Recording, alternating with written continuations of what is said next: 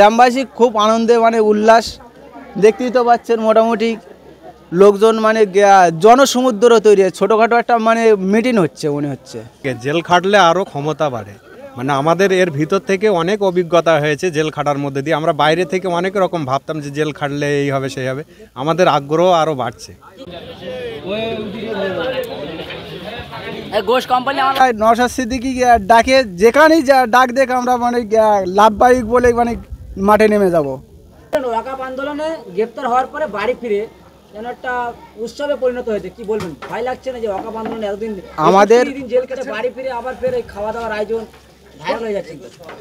আমাদের জেল খাটা হয়েছে আমাদের জনগণের স্বার্থে, আমাদের মাতৃভূমি রক্ষার স্বার্থে আমরা যে জেল খেটেছি, এটা আমাদের গর্ব। আমাদের কোনো ভয় লাগে না। যারা ভয় করবে তারা সেসব আইএসএফ দলটাকেই ভালোবাসে না। কি বলবেন এই যে আপনারা এত প্রতিবাদ করছেন, মিথ্যা কেস কাটছেন, একটা ভয়ের একটা আতঙ্ক থাকা দরকার তো? আমরা ভাঙড়বাসী, আমাদের কোনো ভয় নেই। আমরা একমাত্র নওশাদ সিদ্দিকীর হাতে হাত রেখে যেদিন শপথ রেখেছি সেদিন থেকে আমাদের ভয় বলে জিনিসটা আমাদের বুকে নেই। কতদিন হয়েছে জেল কেটেছে? এই 30 দিনের মাথায় 31 ধরো পড়লো, এই বার হলাম আজকে। গ্রামবাসী কেমন উদ্যোগ পাচ্ছেন যে এই যে জেল? গ্রামবাসী খুব আনন্দে উল্লাস দেখতেই তো পাচ্ছেন। মোটামুটি লোকজন জনসমুদ্র তৈরি, ছোটখাটো একটা মিটিং হচ্ছে মনে হচ্ছে।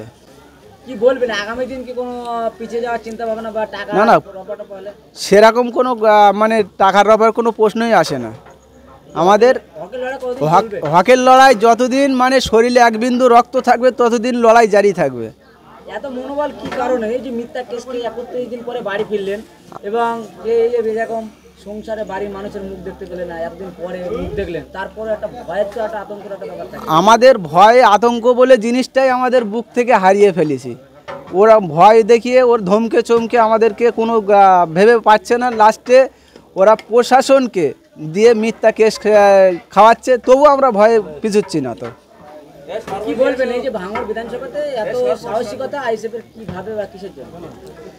আমাদের মধ্যে সততা, যে রাজনীতিটা আমরা করছি নিজের জন্য তো করছি না, মানুষের হকের জন্য।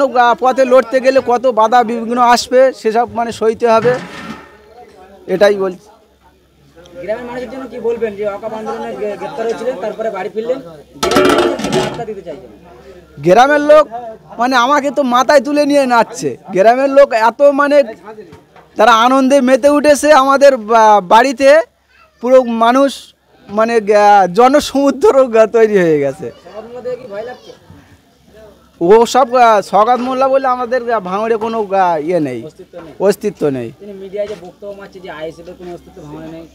ওটা ওদের বলতে হয় তাই বলে। মানুষের ভাঁওতাবাজি দিয়ে এতদিন রেখেছে, এখন আগামীতেও রাখবে। ওই মিথ্যা আশ্বাস দিয়ে কত রকম কিছু করছে, সে তো দেখতেই পাচ্ছি। আপনারই চাচাতো ভাই রাজ্জাক খান, তিনি মৃত্যু টিএমসির গুলিতে তার মৃত্যু হয়েছে, প্রকাশ্যে এসছে, টিএমসি নেতাও গ্রেপ্তার হয়েছে। কি বলবেন এই যে শওকত মোল্লা ভাঙড়ে দায়িত্ব পাওয়ার পরে 19খানা লাশ পড়লো ভাঙড় বিধানসভাতে, এবং আপনার অঞ্চলে একটা আপনার চাচাতো ভাইকেও কিন্তু মৃত্যু হতে হলো, কি বলবেন এই বিষয়ে? এ বিষয়ে একটাই কথা বলতে চাই যে টিএমসি ওদের মধ্যে যে গোষ্ঠীদ্বন্দ্ব আছে, তাদের মধ্যে নিজেদের মধ্যে যে মিলটা নেই, মিলটা যে নেই, ওদের নিরাপত্তা নেই। আর সাধারণ আমরা তো বিরোধী, আমাদের কোথায় নিরাপত্তা আমরা পাবো? না না, সওগাত মোল্লা তো আমাদের ভাঙড় থেকে চলে গেলে আমরা খুবই খুশি। আর এই খুন খারাপি লাশে কোনো মায়ের কোল খালি হতে হবে না। আলমগীর মোল্লা।